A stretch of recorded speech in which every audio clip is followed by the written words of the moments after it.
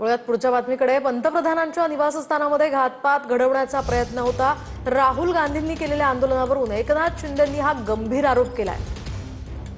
तर आपण पाहतोय राहुल गांधींनी जे आंदोलन केलं त्यावरून एकनाथ शिंदेंनी हा गंभीर स्वरूपाचा आरोप केलाय। पंतप्रधानांच्या निवासस्थानात घातपात घडवण्याचा प्रयत्न होता असं एकनाथ शिंदे म्हणाले। प्रधानमंत्री निवासाच्या परिसरामध्ये कुठले आंदोलन करता येत नाही ही माहिती या देशाचे विरोधी पक्ष नेते राहुल गांधी यांना असताना सुद्धा जाणीवपूर्वक तिथे आंदोलन करणं, हजारो लाखो लोकांना तिकडे बोलवणं, याचा अर्थ काय?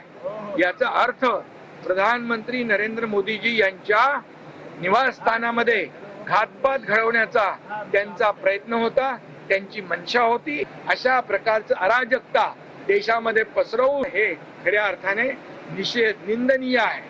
विरोधी पक्ष नेत्याने अशा प्रकारचं कृत्य करता कामा नये, कारण यापूर्वी देखील आपण 2 देशाचे प्रधानमंत्री गमावलेले आहेत।